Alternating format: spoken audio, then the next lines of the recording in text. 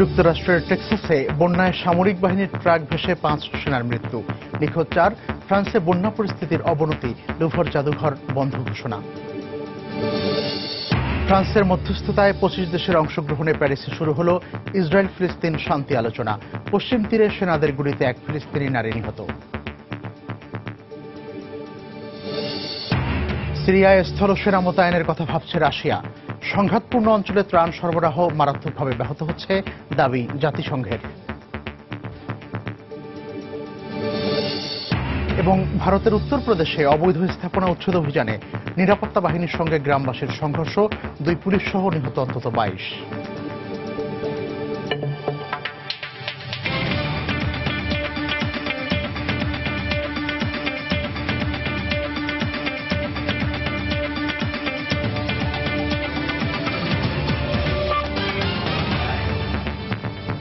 আন্তর্জাতিক সময়, সঙ্গে আছি আমি মিজানুর রহমান খবির। যুক্তরাষ্ট্র ও ইউরোপের বেশ কয়েকটি দেশে ভয়াবহ বন্যা দেখা দিয়েছে। যুক্তরাষ্ট্রের টেক্সাসে বন্যার তোড়ে সামরিক বাহিনীর একটি ট্রাক ভেসে 5 সেনার মৃত্যু হয়েছে। ফ্রান্সে বন্যা পরিস্থিতির অবনতি হওয়ায় প্যারিসের বিখ্যাত লুভর জাদুঘর সাময়িক বন্ধ ঘোষণা করেছেন কর্তৃপক্ষ। অব্যাহত বৃষ্টিপাতের কারণে সিন নদীর পানি স্বাভাবিকের চাইতে 6 মিটার উপর দিয়ে প্রবাহিত হচ্ছে। ইউরোপ জুড়ে প্রচণ্ড বৃষ্টিপাত ও বন্যায় এ পর্যন্ত অন্তত 11 জনের মৃত্যু হয়েছে। অব্যাহত বন্যা পরিস্থিতিতে জার্মানির দক্ষিণাঞ্চলে জারি করা হয়েছে জরুরি অবস্থা। যুক্তরাষ্ট্রের টেক্সাস অঙ্গরাজ্যের বেশ কিছু এলাকায় প্রচণ্ড বৃষ্টি ও ঝড়ো হাওয়ায় ভয়াবহ বন্যা দেখা দিয়েছে। বন্যার কারণে ব্রাজন নদীর পানি বিপদসীমার ওপর দিয়ে প্রবাহিত হওয়ায় তলিয়ে গেছে এর আশপাশের রাস্তাঘাট ও প্রায় 1,500 ঘরবাড়ি। আটকে পড়া লোকজনকে উদ্ধারে তৎপরতা শুরু করেছে কর্তৃপক্ষ। এছাড়া বৃহস্পতিবার ফোর্ট হুড এলাকায় বন্যার তোড়ে সামরিক বাহিনীর একটি ট্রাক ভেসে কয়েকজন সেনা সদস্য মারা যান। ফ্রান্সের প্যারিসে গত কয়েকদিনের ভারী বর্ষণে সৃষ্ট বন্যা পরিস্থিতির অবনতি হয়েছে। বৃষ্টির কারণে সিন নদীর পানি স্বাভাবিকের চেয়ে 6 মিটার ওপর দিয়ে প্রবাহিত হচ্ছে। পরিস্থিতি মোকাবেলায় তীর বরাবর জরুরি বাঁধ নির্মাণ করা হয়েছে। সাময়িক বন্ধ ঘোষণা করা হয়েছে প্যারিসের বিখ্যাত লুভর জাদুঘর। এমন ভয়াবহ বন্যা আমি এর আগে কখনো দেখিনি, তবে আমার মনে হচ্ছে পানি আর বাড়বে না। বন্যায় দুর্ভোগ পোহাচ্ছেন জার্মানির বাসিন্দারাও। ঝড়ো বৃষ্টির কারণে বাভারিয়ার অধিকাংশ এলাকা প্লাবিত হয়েছে, ভেসে গেছে ঘরবাড়ি, গাছপালা। বন্যায় বেশ কিছু সড়ক ভেঙে যাওয়ায় যোগাযোগ ব্যবস্থা ব্যাহত হচ্ছে। শিরিন আক্তার, সময় সংবাদ। যুক্তরাষ্ট্রে মহড়া পরিচালনার সময় 2টি যুদ্ধবিমান আলাদা দুর্ঘটনায় বিধ্বস্ত হয়েছে। এই ঘটনায় একজন পাইলট নিহত হয়েছেন। মার্কিন সেনাবাহিনীর এক মুখপাত্রের বরাতে স্থানীয় গণমাধ্যম জানায়, বৃহস্পতিবার কলোরাডোয় এয়ারফোর্স একাডেমির গ্রাজুয়েশন অনুষ্ঠানে প্রেসিডেন্ট বারাক ওবামার ভাষণের পর আকাশে কষ্টতা দেখানোর সময় একটি বিমান বিধ্বস্ত হয়। এতে বিমানটির পাইলট গুরুতর আহত হন। একই দিন টেনেসিতে একটি যুদ্ধবিমান বিধ্বস্ত হয়। এতে ন্যাশভিলে নেভি ব্লু অ্যাঞ্জেলস স্কোয়াড্রনের পাইলট মারা যান। তার পরিচয় প্রকাশ করা হয়নি। বিমান দুটি বিধ্বস্ত হওয়ার কারণ অনুসন্ধানে তদন্তে নেমেছে দেশটির সামরিক বাহিনী।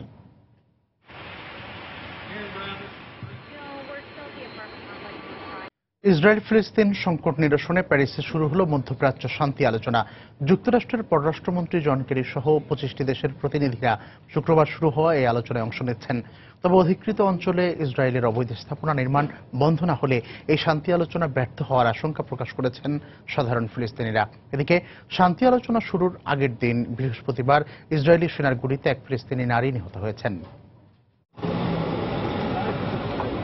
আবারও ইসরায়েলি সেনার গুলিতে নিহত হলেন ফিলিস্তিনি নাগরিক। বৃহস্পতিবার দেশটির পশ্চিম তীরে এক নারীকে গুলি করে হত্যা করে তারা। ইসরায়েলি সেনাদের দাবি, সে ছুরি দিয়ে ইসরায়েলি সেনাকে আঘাত করার চেষ্টা করার কারণে ওই ফিলিস্তিনিকে গুলি করে হত্যা করা হয়।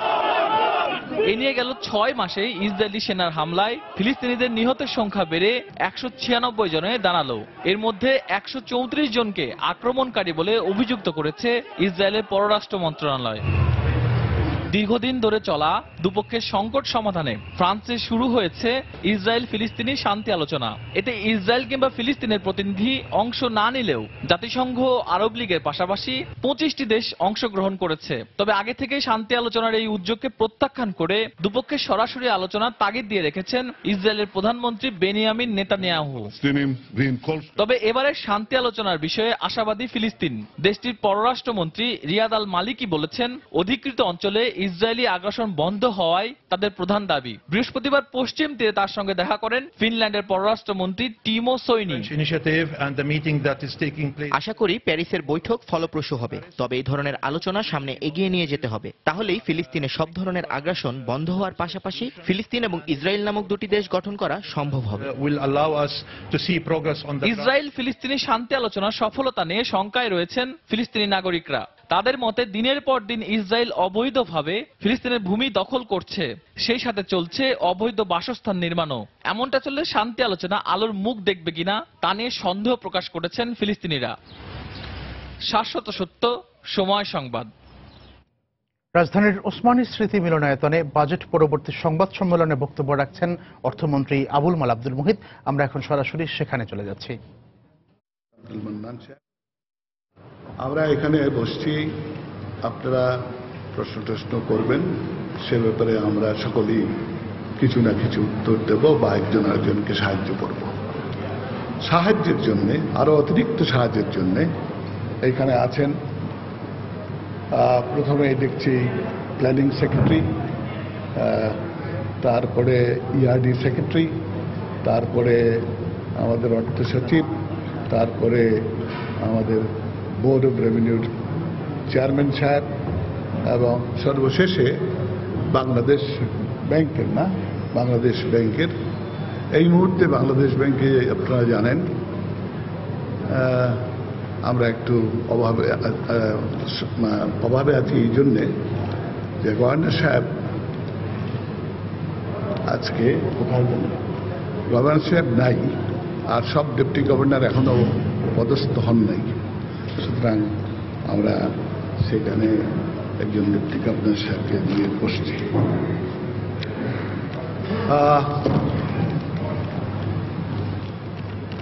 আমার প্রারম্ভিক বক্তব্য মোটামুটি কিছুই নেই। আমি গতবার বাজেট দিয়েছিলাম, দেখছি যে ওই বাজেটের আয়তন ছিল 90 পৃষ্ঠা এবং সময় লেগেছিল প্রায় 2.5 ঘন্টা।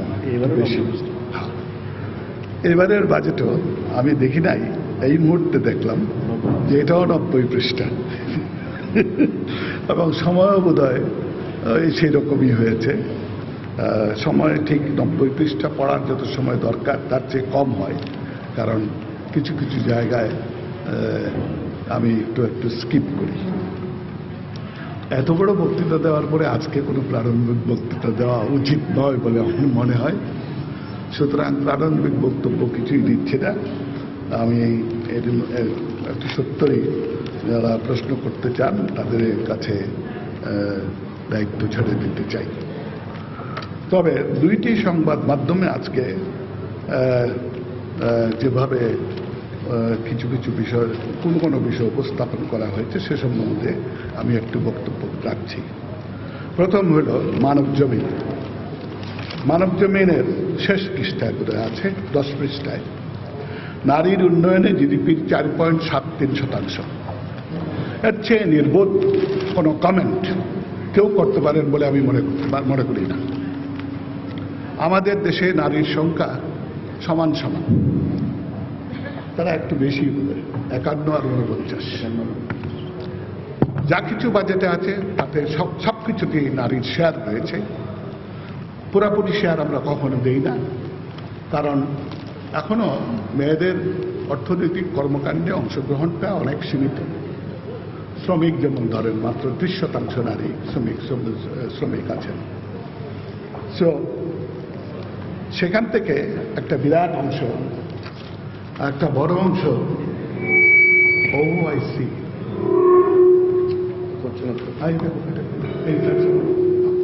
সরি দুঃখিত। আমি বলছিলাম যে আজকে দুইটি সংবাদ মাধ্যমে কিছু বক্তব্য এসছে, সে সম্বন্ধে আমি কিছু বক্তব্য রাখতে চাই। শুরুতে প্রথমটি হল মানব জমিন, তার লাস্ট পেজ বোধহয় 10 পৃষ্ঠা। সেইখানে তাদের হেডলাইন হচ্ছে নারীর উন্নয়নে জিডিপির 4.73%। আমি জানি না কি করে একজন রিপোর্টার এরকম একটা নির্বোধের রিপোর্ট দিতে পারে। এখানে একেবারে প্রচন্ড নির্বুদ্ধিতার মধ্যে রয়েছে। আমাদের দেশে 50% আমাদের দেশে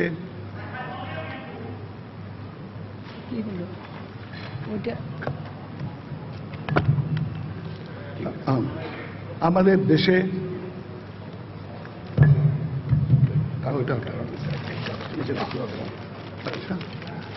আমাদের দেশে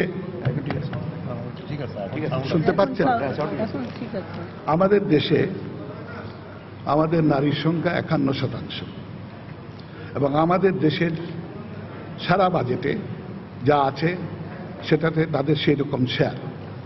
বাস্তবে সেই শেয়ার হয় না, কারণ আমাদের নারীদের যে অবস্থিতি in labour force, in economic activities, সেটা ঠিক তাদের সমান নয়।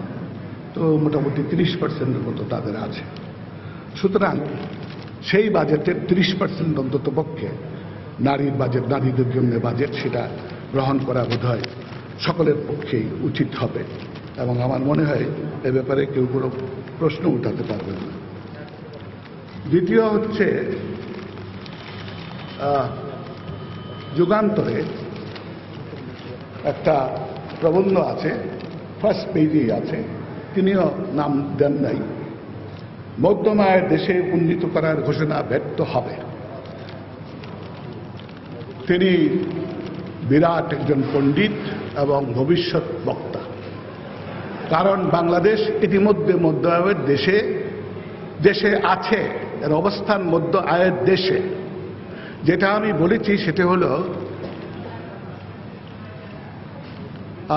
জাতিসংঘের একটা কমিটি আছে, প্ল্যানিং অ্যান্ড ডেভেলপমেন্ট কমিটি, তারা ঘোষণা দেন কখন কোন দেশ ঠিক মধ্য আয়ের দেশ হল। এটার সঙ্গে মধ্য আয়ের দেশ হওয়া সম্পর্কটা নেই। অবশ্যই আপনি যদি বিশ্বব্যাংকের ক্যালেন্ডারে মধ্য আয়ের দেশ না হন, তাহলে আপনি বিবেচনায় আসবেন না, ওই কমিটিটা এটা বিবেচনাই করবে না। কমিটির মিটিং হচ্ছে 2018 সালে, তার আগে তার কোনো মিটিং নেই। 2018 সালে তারা মিটিং করবে, সেইখানে বিষয়টি আলোচিত হবে। তখন তারা, আমি নিশ্চিত যে তারা এই যে আমাদের অগ্রগতি সেটি স্বীকার করে আমাদের মধ্য আয়ের দেশ ঘোষণা করবে। তারপরে জাতিসংঘের একটা নিয়ম আছে যে জাতিসংঘ কমিটি যেদিন ঘোষণা করলে সেই ঘোষণাটা জাতিসংঘের হিসাবে আমরা মধ্য আয়ের দেশ হব তার 3 বছর পরে, অর্থাৎ 2021 সালে। কিন্তু দেশটি মধ্য আয়ের দেশ হয়ে গেছে। ওই একটি ঘোষণার ব্যাপার, সেটা 2021 সালে আসবে। তো উনি একেবারে পণ্ডিত মানুষ, তিনি বলে দিয়েছেন এটা ব্যর্থ হবে। তিনি তার নিজস্ব যুক্তি সব উপস্থাপন করেছেন, করে বলছেন এটা হবেই না। যাই হোক, আমি আর বেশি বক্তব্য রাখতে চাই না এই ব্যাপারে। এখন আই থিঙ্ক আপনারা সবাই কালকের বক্তব্য শুনেছেন। আপনারা সবাই টেলিভিশনে বিভিন্ন ধরনের যেসব আলোচনা হয়েছে সেটা দেখছেন, কাল থেকেই শুরু হয়েছে, আজকেও দেখছেন। এবং আপনারা সবাই আজকের যে বিভিন্ন সংবাদ মাধ্যমে, সংবাদপত্রে বিশেষ করে যেসব বক্তব্য এসেছে, সমালোচনা, পর্যালোচনা যা কিছু এসছে, সেসব অনেকেই দেখছেন, অনেকেই তো দেখেননি। এখন আমরা আশা করব যে এই সংবাদ মাধ্যমের ব্যক্তিবর্গ যারা এখানে উপস্থিত আছেন, তারা তাদের বিভিন্ন ধরনের প্রশ্ন এখানে উত্থাপন করবেন, এবং উত্থাপনের নিয়ম অনুযায়ী যেটা বললাম যে আমরা সকলেই কিছু কিছু উত্তর দেব, এবং একজন আরেকজনের সাহায্য নিতে পারে। যেমন আমি কিছু বলে হয়তো বলবো যে আরেকজন সেটা তার সম্পূর্ণ বক্তব্য দেবেন। এই রুটিনে আমরা ফলো করব। একসঙ্গে কটা, তিনটা আমাদের প্ল্যানিং মন্ত্রী সাহেব বলেন গতবার 2টা ছিল, 2টাই করে শুরু করেন। প্রথম যে 2জন বলবেন তারা হাত তুলেন, দাঁড়ান।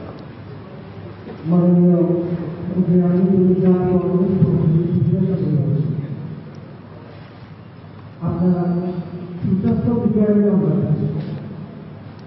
আমার একটা ছোট্ট প্রশ্ন, সেটি হল প্রতি বছর বাজেটে কিছু করে টাকা কমে, কিছু করে টাকা গত অর্থ বছরে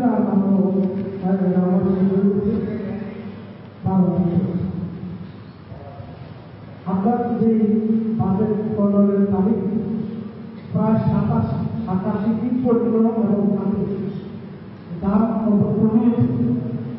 এই 11 মাসে এমন একটি শান্তি বলতে পারবে দাম কমেছে। ধন্যবাদ।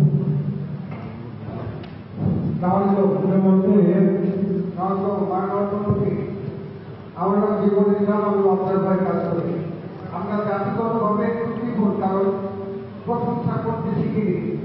আপনি বাজেটের যে অবস্থানে নিয়ে আসে, বিএনপির সর্বশেষ বাজেট ছিল 65,000 কোটি টাকা। তত্ত্বাবধায়ক সরকারের 2 বছরে যে বাজেট ছিল 93,000 কোটি টাকা। বিএনপির সর্বশেষ রাজস্ব আদায় করেছিল 29,000 কোটি টাকা, টার্গেট ছিল 39,000 কোটি টাকা। আর এই বছর আপনি রাজস্ব আদায় টার্গেট শুধু এই দিয়েছেন 2,03,000 কোটি টাকা। আমরা প্রশংসা করা শিখি নেই, কারণ জাতি হিসেবে কি বলবো। তো আপনাকে অসংখ্য অসংখ্য ধন্যবাদ। ভিখারির জায়গা থেকে আমাদেরকে মর্যাদা রাখতে নিয়ে আসবে। তো আমার প্রশ্ন হলো, আমাদের দেশের সবচেয়ে গুরুত্বপূর্ণ ক্ষেত্র হচ্ছে আরেকটি ক্ষেত্র, গ্রামীণ ক্ষেত্র, যেটাকে আমরা বলে থাকি। সেখানে আপনি কর্পোরেট ট্যাক্স কমায় দিয়েছেন, এখানে সঙ্গে প্রশংসা 35% থেকে 20% নামে আনছে। কিন্তু উৎস কর বৃদ্ধি করে তাদের কতটুকু সুবিধা দিলেন বলে আপনি মনে করেন? Thank you. মাননীয় মন্ত্রী, আমার নাম শফিকুল ইসলাম। উৎস কর দিয়ে না প্রথম জন তিনি বললেন, তিনি কি করলেন? প্রথম জন তো কি প্রশ্ন করলেন আমি পরিষ্কার হয়নি প্রথমে। আচ্ছা, উৎস কর দিয়ে একটা একজন বলছেন যে এত বেশি উচ্চাবিলাস কি করে আঁকতে হবে। কর্পোরেট ট্যাক্স কমিয়েছে, উৎস কর আপনি বাড়িয়েছেন, এতে ফায়দাটা কি হবে? এই এটা হলো সেকেন্ড ওয়ান, ফার্স্ট ওয়ান তো কোনো কোশ্চেন নেই। প্রথম কোশ্চেনটা রিপিট করুন। প্রথম কোশ্চেনটা একটু রিপিট করেন। প্রথম কে করেছিলেন? আপনাকে সুস্পষ্ট শোনা যায় নাই। না, এটা ঠিক আছে, এটা আমরা পেয়েছি। প্রথমটা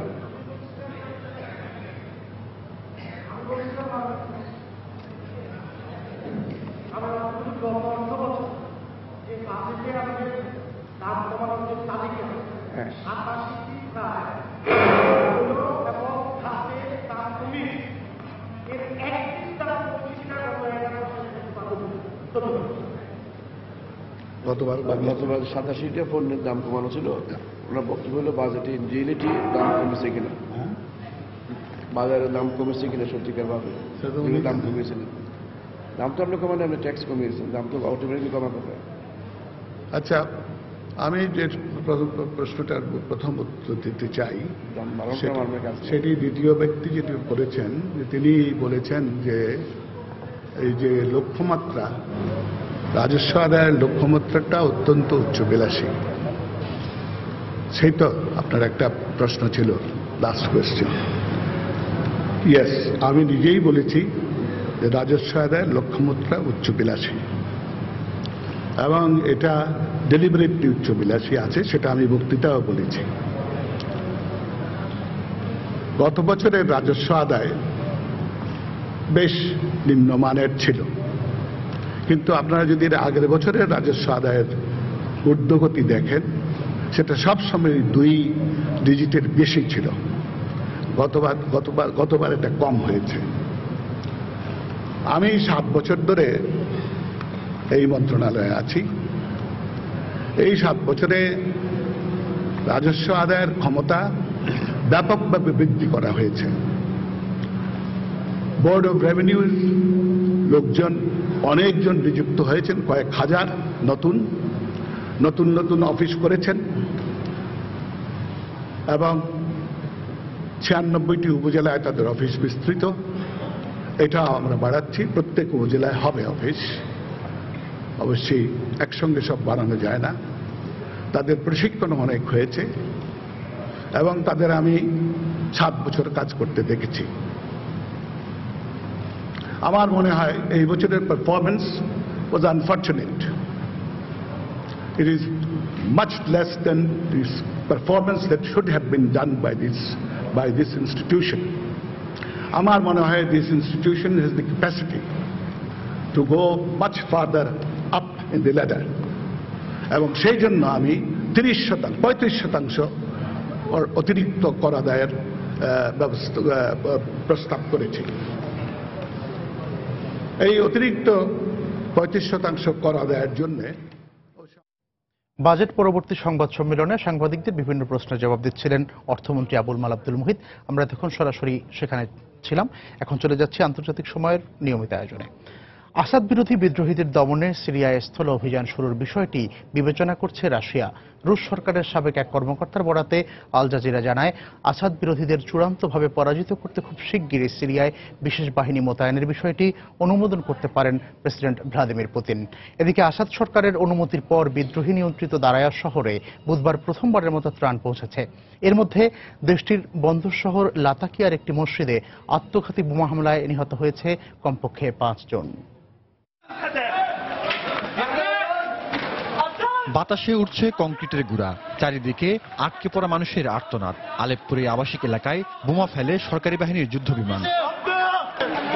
উদ্দেশ্য বিদ্রোহীদের যাতায়াতের একমাত্র পথটি বন্ধ করা। তবে ভিডিওতে দেখা যায় রক্তাক্ত মানুষগুলোর সবাই নারী, শিশু ও বেসামরিক নাগরিক। বিভিন্ন পক্ষের এই হানাহানির মধ্যে স্থানীয় বাসিন্দাদের জন্য নেই এতটুকু নিরাপদ আশ্রয়। আইএস ছাড়াও তুর্কি সেনাবাহিনী সীমান্তের উপর থেকে গোলা হামলা চালাচ্ছে বলে অভিযোগ তাদের। এলাকা ছেড়ে পালিয়ে যাওয়ার চেষ্টা করলেও তা তারা পারছে না। আমাদের গ্রামে 500টি পরিবার আমরা অবরুদ্ধ অবস্থায় দিন কাটাচ্ছি। কোনো পক্ষই আমাদের এলাকা ছাড়তে অনুমতি দিচ্ছে না। ওরা আমাদের মানব ঢাল হিসেবে ব্যবহার করছে। সরকার বিদ্রোহী কিংবা আইএসের হামলায় মৃত্যুপুরীতে পরিণত হয়েছে গোটা সিরিয়া। মানবিক বিপর্যয়ের শিকার সংঘাতপূর্ণ অঞ্চলগুলোতে ত্রাণ সরবরাহ ব্যাপকভাবে ব্যাহত হচ্ছে। এর মধ্যে সরকারি বাহিনী ও বিদ্রোহীদের মধ্যে সমঝোতা অনুযায়ী 48 ঘন্টার অস্ত্রবিরতির সুযোগে গেল বুধবার বিদ্রোহীদের নিয়ন্ত্রিত দারায়া শহরে প্রথমবারের মতো ত্রাণ পৌঁছায় জাতিসংঘ। 2012 সাল থেকে সরকারি বাহিনীর হাতে অবরুদ্ধ এই এলাকায় ত্রাণ তৎপরতার অনুমতি দিতে অস্বীকৃতি জানিয়ে আসছিল আসাদ সরকার। এমন অবস্থায় বিমান থেকে ত্রাণ সরবরাহের চিন্তা করলেও খুব শিগগিরই তা বাস্তবায়ন করা সম্ভব নয় বলে জানিয়েছেন জাতিসংঘের কর্মকর্তারা। বর্তমানে যে ত্রাণ কার্যক্রম চলছে তাতে আমরা সন্তুষ্ট নই। স্থলপথে যদি চলাচলের পর্যাপ্ত সুযোগ থাকতো তাহলে বিমান থেকে ত্রাণ সরবরাহের কোনো প্রয়োজন ছিল না। এই বিষয়টি আলোচনার টেবিলে আছে, তবে ব্যাপারটি সহজ নয়। এদিকে সাবেক এক রুশ কর্মকর্তার বরাতে আল জাজিরা জানিয়েছে, সিরিয়ায় বিমান হামলার পাশাপাশি স্থল অভিযান শুরু করার কথা ভাবছে রাশিয়া। যুদ্ধে কোনো পক্ষের জয় পরাজয় নিশ্চিত না হওয়ায় এবং শান্তি আলোচনায় কোনো ফলাফল না আসায় প্রেসিডেন্ট ভ্লাদিমির পুতিন খুব শিগগিরই রুশ বিশেষ বাহিনীকে মোতায়েনের সিদ্ধান্ত নিতে পারেন বলে জানিয়েছেন সাবেক ওই কর্মকর্তা। জাহিদুর রহমান, সময় সংবাদ। আন্তর্জাতিক সময়ে আরো দেখবেন, আর্মেনীয় হত্যার ঘটনাকে গণহত্যা আখ্যা দিয়ে জার্মানিতে প্রতীকী প্রস্তাব পাস। বার্লিন আঙ্কারা সম্পর্কে নতুন উত্তেজনা, বিচলিত নন মার্কেল।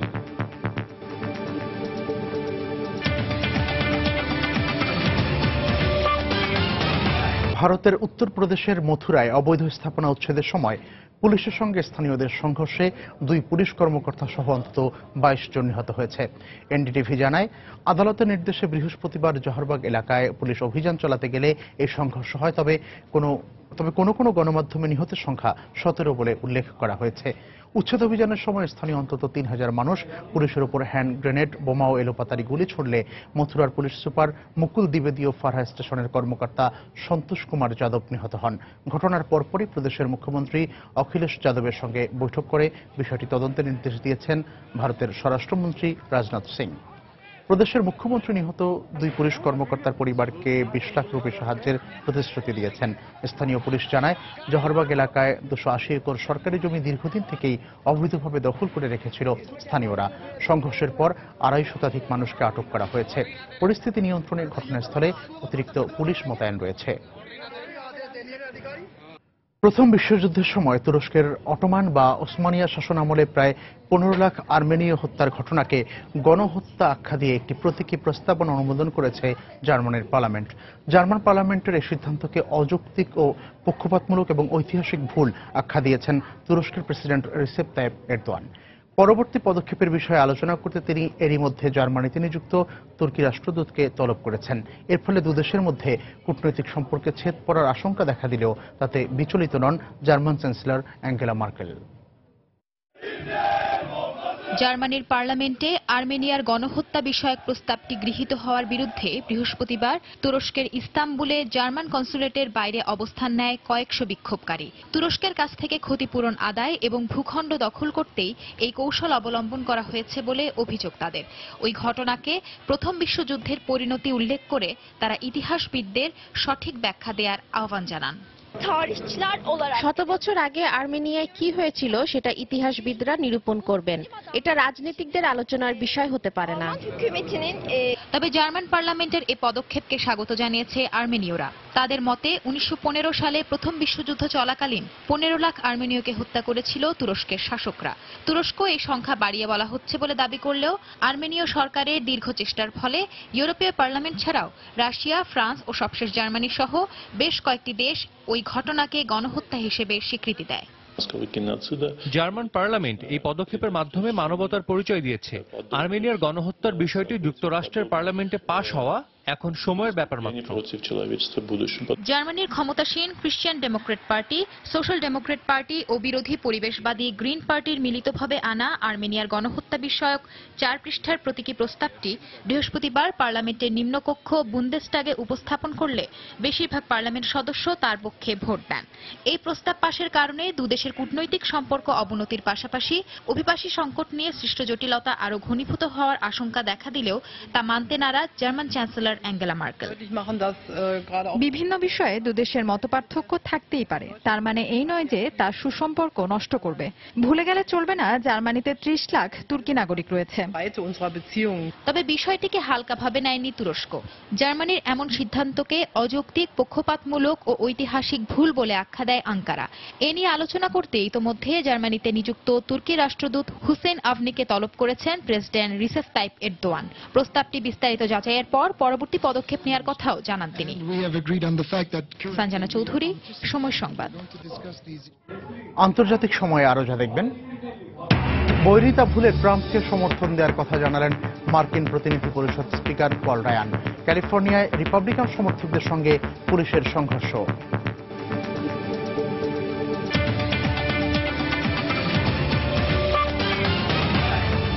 আরএফএল ওয়াটার পাম্প, পানি দেবে, টেনশন নয়। যুক্তরাষ্ট্রের প্রেসিডেন্ট নির্বাচনে বৈরিতা ভুলে ট্রাম্পকে সমর্থন দেওয়ার কথা জানিয়েছেন হাউস স্পিকার পল রায়ান। বৃহস্পতিবার জাতীয় নিরাপত্তা ও পররাষ্ট্রনীতি বিষয়ে দেয়া বক্তব্যে ট্রাম্পকে যুক্তরাষ্ট্রের প্রেসিডেন্ট পদে অযোগ্য উল্লেখ করে তাকে উত্তর কোরিয়ার ঘনিষ্ঠ বলে মন্তব্য করেন হিলারি ক্লিন্টন। ট্রাম্পের হাতে যুক্তরাষ্ট্রের পরমাণু ব্যবস্থা নিরাপদ নয় বলেও মন্তব্য হিলারির। এদিকে ক্যালিফোর্নিয়া ট্রাম্পের প্রচারণা সমাবেশে পুলিশের সঙ্গে ট্রাম্প বিরোধীদের সংঘর্ষ হয়েছে। বৃহস্পতিবার ক্যালিফোর্নিয়ায় ট্রাম্পের সমাবেশস্থলের বাইরে বিক্ষোভ করে কয়েকশো মানুষ। বিক্ষোভকারীরা সভাস্থলের দিকে যেতে চাইলে পুলিশের সঙ্গে সংঘর্ষ হয়। পরে কাঁদানে গ্যাস ছুড়ে ও লাঠিচার্জ করে পরিস্থিতি নিয়ন্ত্রণে আনে পুলিশ। এর আগে বাইরে শত শত বিরোধীদের উপস্থিতিতেই সমাবেশ করেন ট্রাম্প। ব্যাপক হট্টগোলের এ সমাবেশে হিলারির পররাষ্ট্রনীতি বিষয়ে বক্তব্যের সমালোচনা করেন তিনি। আমি হিলারির বক্তব্য শুনেছি। এটা কোনোভাবেই পররাষ্ট্র নীতি বিষয়ক বক্তব্য নয়, পুরোটাই রাজনৈতিক বক্তব্য। সাবেক পররাষ্ট্রমন্ত্রীর কাছ থেকে এমন বক্তব্য খুবই দুঃখজনক। এদিন পূর্বের বৈরিতা ভুলে ট্রাম্পকে সমর্থনের ঘোষণা দেন হাউস স্পিকার পল রায়ান। আসন্ন দলীয় সম্মেলনে ট্রাম্পকে ভোট দেবেন বলে প্রথমে টুইটার বার্তায় ঘোষণা দেন রায়ান। পরে সংবাদ সম্মেলনে তিনি জানান, নির্বাচনকে সামনে রেখে দলকে ঐক্যবদ্ধ করতেই ট্রাম্পের প্রতি তার এই সমর্থন। এরই মধ্যে ট্রাম্পের সঙ্গে দলের ও আমার দীর্ঘ আলোচনা হয়েছে। নির্বাচনে রিপাবলিকানদের ঐক্য নিশ্চিত করার চেষ্টা করছি আমরা। সবার সমর্থনে আশা করি ট্রাম্প প্রেসিডেন্ট হয়ে দলের পরিকল্পনাগুলোকে আইনে পরিণত করতে পারবে। 7 জুন প্রাইমারিকে ঘিরে এদিন ক্যালিফোর্নিয়ার স্যান ডিয়েগোতে সমাবেশ করেন ডেমোক্রেট মনোনয়ন প্রত্যাশী হিলারি ক্লিনটন। সেখানে জাতীয় নিরাপত্তা ও পররাষ্ট্রনীতির বিভিন্ন পরিকল্পনা তুলে ধরে ট্রাম্পকে যুক্তরাষ্ট্রের প্রেসিডেন্ট হিসেবে অযোগ্য ঘোষণা করেন তিনি। আমাদের বর্তমান পররাষ্ট্রনীতির কারণে রাশিয়া ও চীন বিশ্বে প্রভাব বিস্তার করতে পারছে না। ট্রাম্প প্রেসিডেন্ট হলে তাদের জন্য তা সহজ হবে। ট্রাম্প ইউরোপে আমাদের মিত্রদের প্রতি ক্ষুব্ধ, অন্যদিকে উত্তর কোরিয়া তার প্রিয়। আমরা খুবই ভাগ্যবান যে কানাডা ও মেক্সিকোর মতো দুটি প্রতিবেশী পেয়েছি। ট্রাম্প সীমান্তে দেয়াল তৈরির কথা বলে তাদের সঙ্গে সম্পর্কে ফাটল ধরানোর চেষ্টা করছে। বৃহস্পতিবার ক্যালিফোর্নিয়ার মোডেস্টেতে সমাবেশে গিয়ে শহরটির জলবায়ু পরিবর্তন মোকাবিলায় বিভিন্ন পরিকল্পনার কথা তুলে ধরেন স্যান্ডার্স।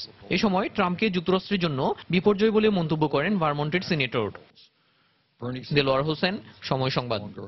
4700 সিরীয় শরণার্থীকে আশ্রয় দিতে সম্মত হয়েছে যুক্তরাষ্ট্র।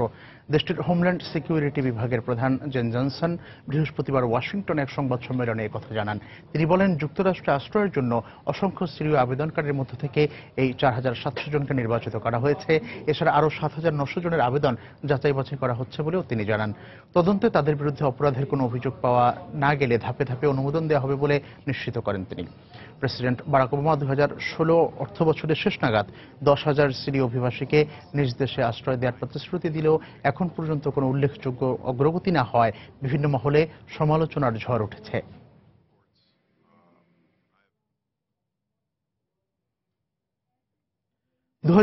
সালের জুনের মধ্যে বাংলাদেশের সঙ্গে আসামের সীমান্ত পুরোপুরি বন্ধ করার নির্দেশ দিয়েছে ভারতে বিজেপি নেতৃত্বাধীন এনডিএ জোট সরকার।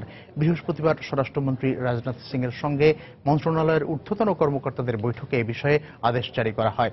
চোরাচালানো অবৈধ প্রবেশ বন্ধে নির্বাচনী প্রতিশ্রুতি বাস্তবায়নে এ আদেশ বলে কর্মকর্তাদের বরাতে জানিয়েছে টাইমস অফ ইন্ডিয়া। কেন্দ্রীয় সরকারের এই নির্দেশনার পরপরই আসামের মুখ্যমন্ত্রী সর্বানন্দ সোনোয়াল জানান, সরকারের নির্দেশনা অনুযায়ী 2 বছরের মধ্যে সীমান্ত বন্ধ করতে রাজ্য সরকার সর্বোচ্চ চেষ্টা করবে। এবছরের জানুয়ারিতে আসামের করিমগঞ্জ সীমান্ত পরিদর্শনে গিয়ে চলতি বছরের মধ্যেই বাংলাদেশের সঙ্গে আসামের সীমান্ত বন্ধ হবে বলে ঘোষণা দিয়েছিলেন স্বরাষ্ট্রমন্ত্রী রাজনাথ সিং। এদিকে বাংলাদেশের সংখ্যালঘুদের ভারতের নাগরিকত্ব দিতে সরকার আইনি প্রক্রিয়া শুরু করেছে বলে জানিয়েছে দেশটির গণমাধ্যম। এরই মধ্যে নাগরিকত্ব আইনের খসড়া তৈরি হয়েছে বলে তারা জানায়। This 134-kilometer border from Agomoni to Mankachar separating India and Bangladesh. এ পর্যায়ে আবারও জানিয়ে দিচ্ছি আন্তর্জাতিক সময়ের শীর্ষ সংবাদগুলো। ভারতের উত্তরপ্রদেশে অবৈধ স্থাপনা উচ্ছেদ অভিযানে নিরাপত্তা বাহিনীর সঙ্গে গ্রামবাসীর সংঘর্ষ, 2 পুলিশ সহ নিহত অন্তত 22। ফ্রান্সের মধ্যস্থতায় 25 দেশের অংশগ্রহণে প্যারিসে শুরু হলো ইসরায়েল ফিলিস্তিন শান্তি আলোচনা। পশ্চিম তীরে সেনাদের গুলিতে এক ফিলিস্তিনি নারী নিহত। সিরিয়ায় স্থলসেনা মোতায়েনের কথা ভাবছে রাশিয়া। সংঘাতপূর্ণ অঞ্চলে ত্রাণ সরবরাহ মারাত্মকভাবে ব্যাহত হচ্ছে দাবি জাতিসংঘের। এবং যুক্তরাষ্ট্রের টেক্সাসে বন্যায় সামরিক বাহিনীর ট্রাক ভেসে 5 সেনার মৃত্যু, নিখোঁজ 4। ফ্রান্সে বন্যা পরিস্থিতির অবনতি, লোভার জাদুঘর বন্ধ ঘোষণা। এই ছিল আন্তর্জাতিক সময়ে। যে কোনো খবর পেতে ভিজিট করুন সময় নিউজ.tv। সঙ্গে থাকুন সময়।